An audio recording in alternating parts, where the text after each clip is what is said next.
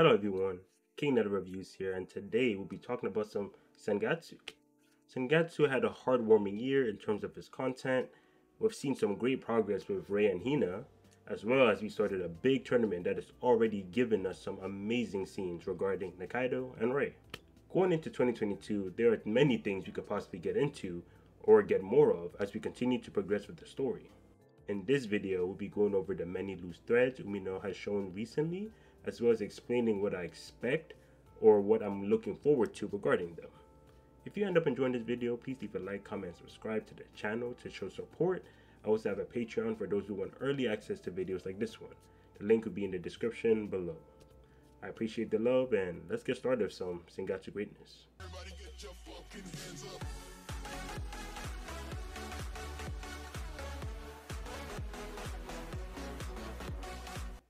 To start off, let's go over where we are in the current story.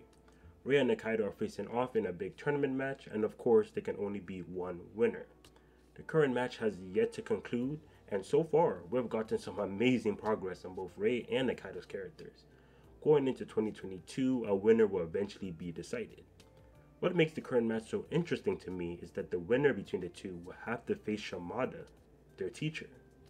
We have gotten Rei versus Shimada before, and it was a huge turning point event in Rei's life, who was a bit naive at the time when it came to how hard it was facing top shogi players. The first match showed Rei just how hard he needs to work and study to reach the levels of those like Shimada, and ever since then, Rei has been working. Seeing a rematch between the two after Rei has gotten so strong would definitely be an amazing experience. And whether Rei wins or Shimada wins, I think it would be a very special moment in the series. Of course, that is under the impression that Rei actually beats Nikaido. As we've seen in the Nikaido vs Soya match, Nikaido has an insane amount of potential and can definitely hang with the best of the best shogi players. Between Nikaido and Rei, Nikaido has a longer history with Shimada. A match between them could lead to a higher emotional investment between the two characters in comparison to Shimada vs Rei. Honestly, I think I prefer to see Nikaido vs Shimada, but I definitely wouldn't be disappointed if Rei gets his rematch.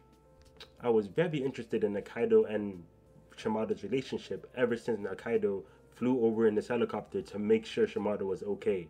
That's some serious love right there for someone who just teaches you shogi.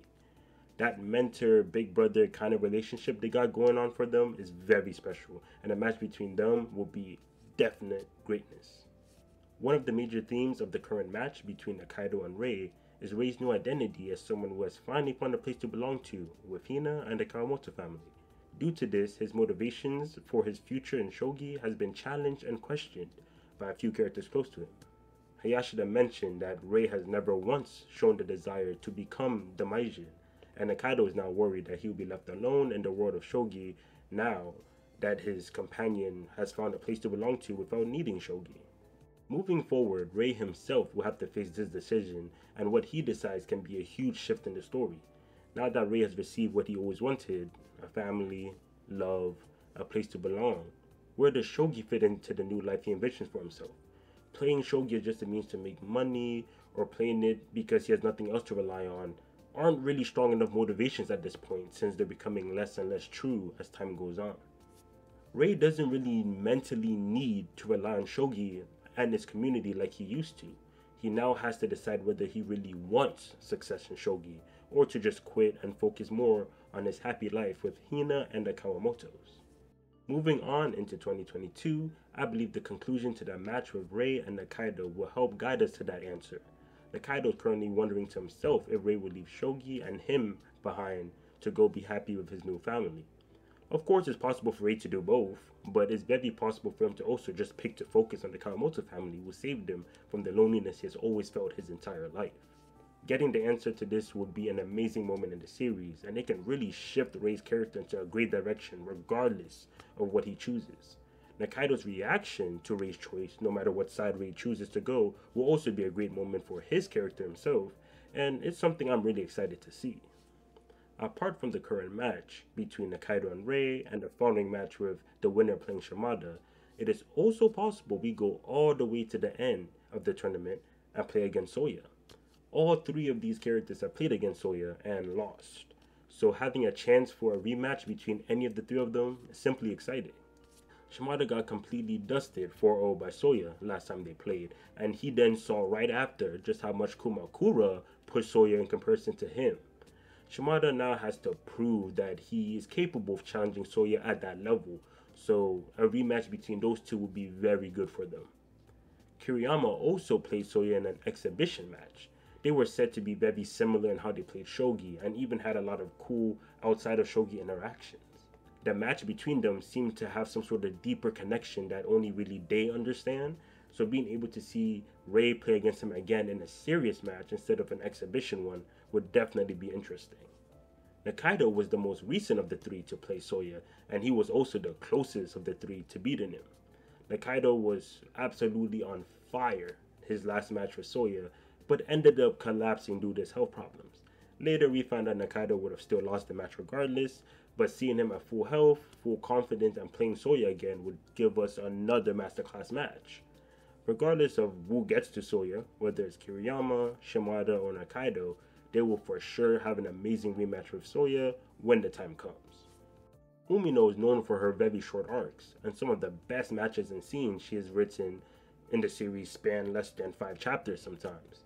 She also often cuts away from big matches or big moments to show what's going on with other characters in the story. So even though the main things I'm looking forward to in Sangatsu in 2022 are the big tournament matches, there are also some smaller plotlines I'm excited about and hoping I get to see more of in the upcoming years. The first one is Soya versus Kumakura. Soya played Kumakura not too long ago, and we still don't know the outcome of that match. It was set to be Game 7, and Kumakura had most of the momentum going into the 7th game. The closest characters to Soya's skill level, in my opinion, are Kumakura and Obashi. So seeing Kumakura get so close to beating Soya again and not knowing the final outcome has me desperate for answers. Even if it's just a few pages, I'm looking forward to seeing just how the match ended. There's also a plotline with Kyoko. I never liked Kyoko and I still don't, but I was happy to see that she was finally moving on from being a plague in Rei's life and accepting that their family, the Koda family, didn't appreciate him nearly enough as they should have, and they don't really have the right to interfere with his happiness anymore. It also seems that Goto has finally decided to shift his full focus back to his wife in the hospital, and I doubt that he'll be entertaining Kyoko shenanigans the same way he's been doing throughout the series. We mainly see Kyoko with either Rei or Goto, but now that they're both doing their own thing without her, I'm curious to see where she will go, or where Umino takes her character after this. There are many roles she can fill moving forward, and I want to just see what happens with her character.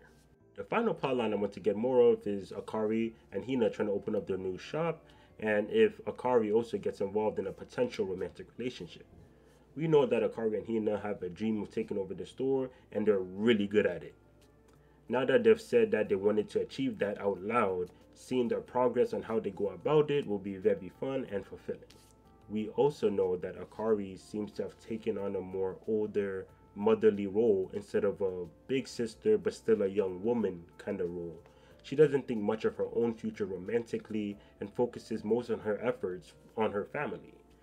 Due to this, Rei has been trying to find her a significant other so she can have the problem solved. I've been really enjoying Rei and Hina's romance, so seeing any progress with Akari and whoever she might end up interested in will surely be great as well. There's a lot to look forward to in the series next year, and I know Umino will deliver on all fronts. How she closed out 2021 with the amazing Nakaido moments was beautiful, and carrying that momentum onwards to 2022 will be even better. If you enjoyed the video, don't forget to like, comment, and subscribe to the channel to show support, and support my Patreon as well for early access to videos like this one. The link is in the description below. Thank you again for watching, and I'll catch y'all later. Peace.